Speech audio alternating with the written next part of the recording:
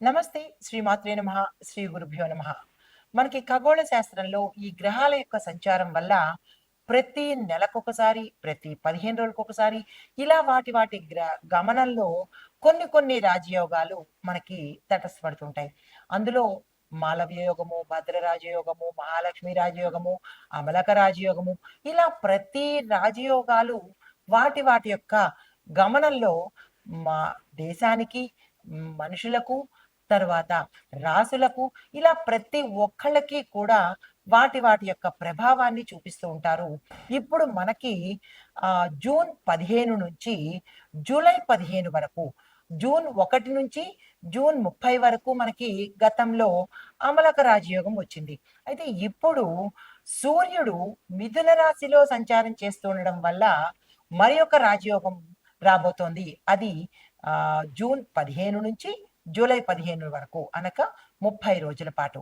అయితే ఈ సూర్యుడు ఎప్పుడైతే అంటే రవి మిథునంలో సంచారం చేస్తున్నాడో, మనకి ఈ నెల రోజుల పాటు గోచారం ఆధారంగా చేసుకొని గ్రహస్థితులు ఎలా ఉంటున్నాయి, దేశ కాలమాన పరిస్థితులు ఎలా ఉండబోతున్నాయి, దీంతో పాటు ప్రతి ఒక్క రాశికి ఎలాంటి ప్రభావాలు ఇవ్వబోతున్నారు, దీంతో పాటు పరిహారాలు ఎలా ఉంటున్నాయి, ఏ పరిహారాలు చేసుకోవాలి అనే అంశాలను మనం ఇప్పుడు తెలుసుకుందాము. తదుపరి రాశి సింహరాశి. ఈ సింహరాశి వారికి సూర్యుడు 11వ స్థానంలో సంచారం చేస్తున్నాడు. 11వ స్థానం అంటే ఏంటి? లాభస్థానము. ఈ లాభస్థానంలో సంచారం చేయడం వల్ల ఎటువంటి ఫలితాలు గ్రహస్థితి ఉంటుందంటే, సూర్యుడు రాస్యాధిపతి కావడం వల్ల మీకు ఇది చాలా శుభ పరిణామాలు ఈ సమయంలో కలుగుతాయి. అంటే ప్రతీదీ శుభకరంగా ఉండే అవకాశం కనబడుతోంది. అయితే ఆశించిన లాభాలు, ప్రమోషన్స్, గుర్తింపు కూడా ఏ రంగంలో ఉన్న వాళ్ళకైనా లభించే అవకాశం కనబడుతోంది. ప్రముఖుల యొక్క స్నేహ సంబంధాలు, వాళ్ళతో పరిచయాలు లాభాలు తెచ్చిపెట్టేటట్టుగా గోచరిస్తోంది. అధికారపరమైన ప్రోత్సాహం కూడా మీకు ఈ సమయంలో లభిస్తుంది. దీంతో పాటు సృజనాత్మకత అంటే క్రియేటివ్ రంగాల్లో ఉన్న వారికి ధనపరంగాను, వ్యాపార పరంగా కూడా విశేషమైన లబ్ధి పొందే అవకాశం కనబడుతోంది. అయితే స్నేహితుల నుంచి మద్దతు వస్తుంది. మరీ ముఖ్యంగా సీనియర్స్, మీరు ఏ రంగంలో ఉన్నా కానీ మీ సీనియర్స్ మీకు అత్యంత ప్రోత్సాహకరంగా ఉండబోతారు. అయితే పరిహారాలు ఆదివారం రోజు శివాలయంలో సూర్య అర్చన చేసుకోండి. దీంతో పాటు ఎప్పుడైతే సూర్యార్చన చేస్తారో ఆ రోజు మద్యము, మాంసము ముట్టకుండా ఉంటేనే ఫలితాలు పొందుతారు. అయితే దీంతో పాటు గోధుమలను, నూనెను ఈ రెండిటిని మీ యొక్క యథాశక్తిగా దానం అనేది ఇచ్చుకోండి. తదుపరి రాశి మీనరాశి.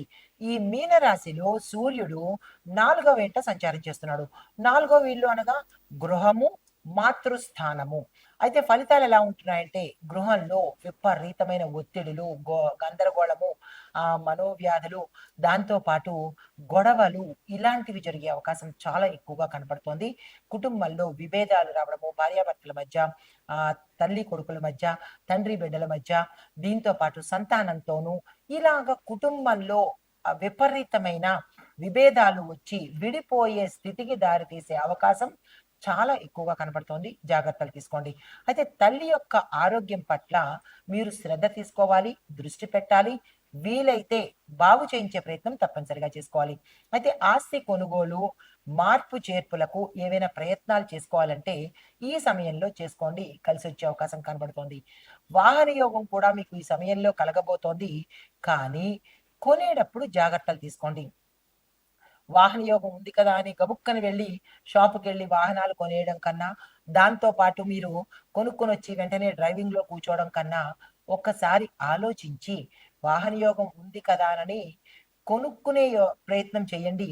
కానీ నడిపే ప్రయత్నం మాత్రం వెంటనే చేయకండి. మంచి, చెడు చూసుకొని అప్పుడు ప్రయత్నం చేసినట్టయితే మంచిది. లేదు అంటే కనుక ప్రమాదాలు జరిగే అవకాశం చాలా ఎక్కువగా గోచరిస్తోంది. జాగ్రత్తలు తీసుకోండి. అది మీ యొక్క వ్యక్తిగత జాతకంలో ఎలా ఉండబోతోంది అనేది పరిశీలన చేయించుకొని దానికి తగ్గట్టుగా ప్రయత్నం చేసుకోండి. అయితే మీకు చెప్పదగిన పరిహారాలు ప్రతి ఆదివారము తల్లికి సేవ చేయండి. ఎక్కడికో వెళ్ళక్కర్లేదు. మీ ఇంట్లో మీ తల్లికి సేవ చేసుకున్నట్టయితే కనుక రవిగ్రహము చాలా సంతోషిస్తాడు. బుధుడు కూడా చాలా ఇష్టమైన పని మాతృసేవ. ఈ పని పరిహారం చేసుకోండి. ఇది పెద్ద కష్టమైంది కాదు కాబట్టి మాతృసేవ చేసుకోండి. దీంతో పాటు గృహలక్ష్మి పూజ అంటే మీ ఇంటిలో లక్ష్మీ అమ్మవారికి తప్పనిసరిగా పూజ చేసుకోండి. చందన తాంబూలాలతో పూజ చేసుకుని అమ్మవారికి ఇష్టమైన ఏదైనా ఒక పదార్థాన్ని దానంగా ఇవ్వండి. అమ్మవారికి ఇష్టమైన పదార్థాలు పసుపు, కుంకుమ, గంధము, పువ్వులు, గాజులు, దీంతో పాటు పళ్ళు, పాలు.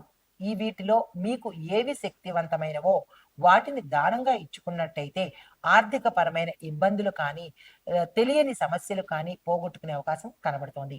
ఇది ఈ రాశిలో ఉండే వారికి చెప్పదగిన బుధాదిత్య యోగం యొక్క గోచార రీత్యా ఫలితాలు, పరిహారాలు, సూచనలు. నమస్తే.